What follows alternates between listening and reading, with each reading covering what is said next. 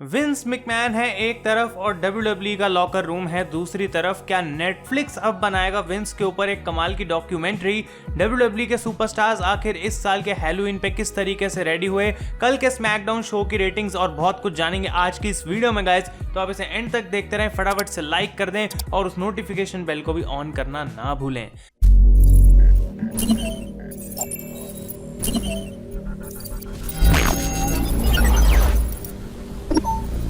तो गाइज मैं हूं आयुष और आप देख रहे हैं रेसल इंडिया और आज की न्यूज़ वीडियो होने वाली है काफ़ी कमाल। बहुत सारी चीज़ों के बारे में हम बात करने वाले हैं और स्टार्ट करेंगे सबसे पहले स्मैकडाउन के शो की रेटिंग से जो कल हमें देखने को मिला था। अब लास्ट वीक का शो FS1 पे था, फॉक्स पे नहीं था, इसलिए उसकी रेटिंग बहुत ज़्यादा कम थी। लेकिन अगर हम इसको लास्ट वीक के शो से कंपेयर करें तो कल का शो 7.3% ऊपर आ चुका है रेटिंग्स के अंदर और गाइज 2.133 मिलियन इसकी रेटिंग्स थी और ये हाईएस्ट रेटेड स्मैकडाउन का शो है सिंस सितंबर 11।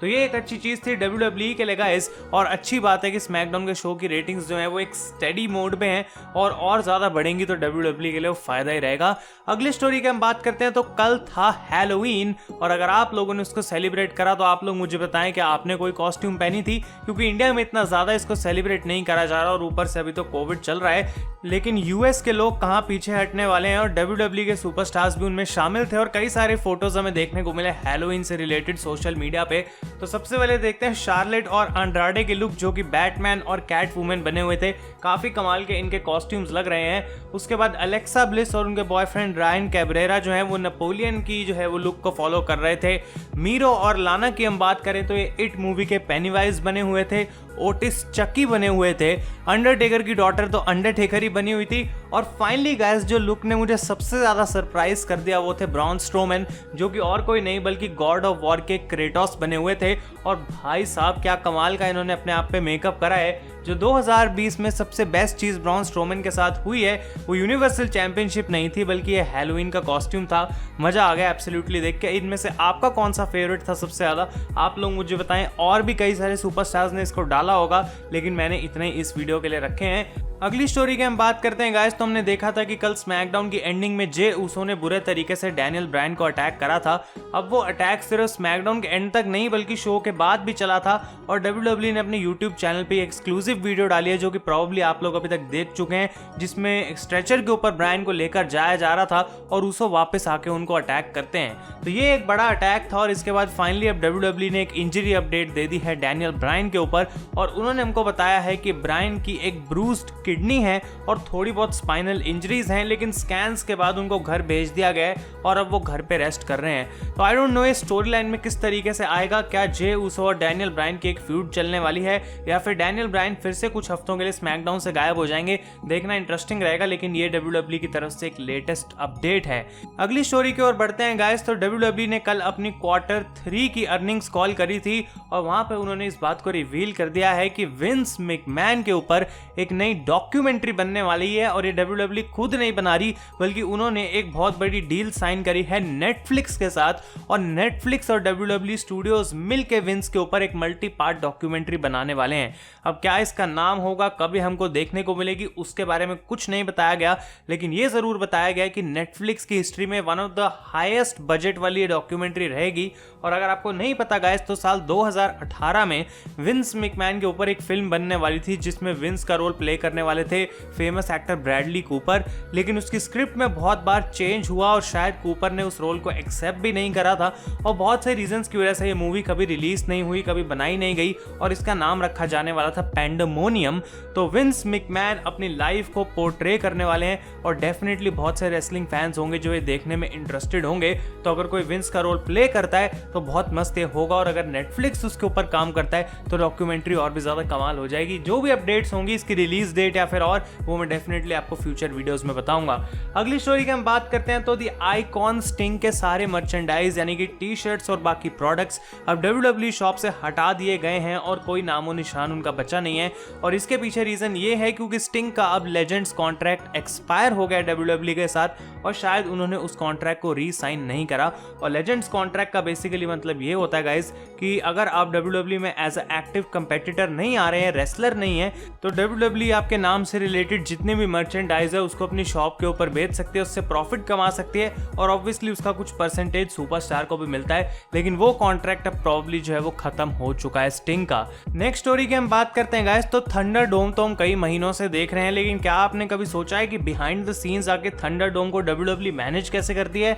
ये कुछ पिक्चर्स लीक हुई जो कि आप अपनी स्क्रीन पर देख रहे हैं, जिसमें आप देख सकते हैं कि बिहाइंड द सीन्स इतने सारे लोगों के वर्चुअल कैम या फिर वेब कैम जो हमें देखने को मिलते हैं वो आखिर कैसे दिखते होंगे। और यहाँ पे आपको एक फोटो दिख रही होगी जो कि लगा रखी है सामने, और ये है गाइस उन लोगों की पिक्चर्स जो कि ब्लैक लिस्ट करे गए हैं थंडर डोम से, यानी कि उन्होंने कुछ ना कुछ पॉलिसी को ब्रेक करा था और उसकी वजह से उनको अब कभी मौका नहीं दिया जाएगा। तो ये काफी कमाल की चीज थी और ये वीडियो थी एक्चुअली, ये कोई लीक नहीं था, क्योंकि ये कंपनी जो WWE के लिए कर रही है वर्चुअल फैंस वाली चीज, इसको कोई अवार्ड मिला है और वो अवार्ड को देते समय पूरी वीडियो दिखाई गई थी कि आगे थंडरडोम किस तरीके से करा जा रहा है बैक स्टेज, और उसके अंदर ये जो फोटो लगी हुई है व्हाइट कलर के पेपर पे, ये चीज जो है वो नहीं दिखनी चाहिए थी और प्रॉब्ली वो दिख गई और किसी की गलती वजह से हमें पता लग गया कि ऐसे कई सारे लोगों को WWE ने ब्लैक लिस्ट करा हुआ है। अगली स्टोरी की हम बात करते हैं तो आप लोग शायद सरप्राइज होंगे सुन के कि कल की स्मैकडाउन में और स्पेशली मर्फी और अलिया वाली सेगमेंट में ट्रिपल एच का एक बहुत बड़ा हाथ था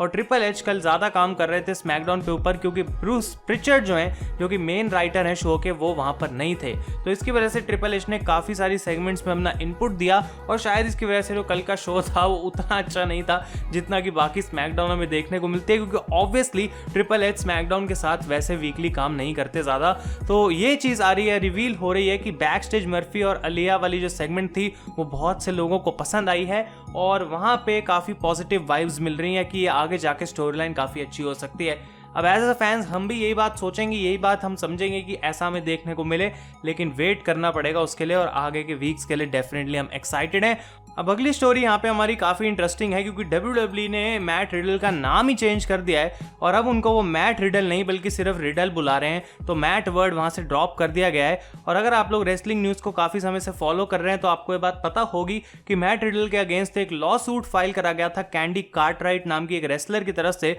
और ये लॉसूट ही शायद रीजन बनाए कि आखिर क्यों मैट रिडल का नाम चेंज करा गया है। अब ये कोई बहुत बड़ी डील नहीं है और मैट रिडल ने खुद आके ट्वीट करके लिखा कि भाई देखो पूरे समय मेरे को लाइफ में रिडल बुलाया गया है, क्योंकि वो मेरे रियल नेम का जो लास्ट नेम है, मेरा सर नेम वो रिडल ही है, तो मुझे कुछ खास फर्क पड़ता नहीं है। और अगर मैट रिडल अब मुझे नहीं बुलाया जा रहा तो भाई उसमें मैं क्या कर सकता हूँ, क्योंकि लॉ सूट है और WWE के बहुत सारी ऑब्लिगेशंस हैं कि वो नहीं यूज कर सकते होंगे उस नाम को, इस वजह से मैट रिडल का नाम अब सिर्फ रिडल है। अब आज की फाइनल स्टोरी की हम बात करते हैं गाइस, तो ये बहुत बड़ी स्टोरी चल रही है इस समय रेसलिंग की दुनिया में, क्योंकि WWE की पॉलिसी के अकॉर्डिंग बहुत से सुपरस्टार्स को अपने स्ट्रीमिंग अकाउंट्स को बंद करना पड़ गया और अब वो स्ट्रीम नहीं कर पाएंगे। तो ये स्टार्ट हुआ सब कुछ जब एजे स्टाइल्स ने अपनी स्ट्रीम के ऊपर बताया उनके चैनल्स हैं स्टाइल क्लैश नाम से मिक्सर और ट्विच प्लेटफॉर्म पे, और ये बात उन्होंने अपने डिस्कॉर्ड के ऊपर लिखी कि अब वो स्ट्रीम नहीं कर पाएंगे क्योंकि WWE की पॉलिसी के अकॉर्डिंग उनको अपने सारे चैनल्स बंद करने पड़ेंगे। सेम चीज सिजारो ने भी अपनी स्ट्रीम के ऊपर बोली और मिया यिम ने एक ट्वीट के थ्रू लिखी,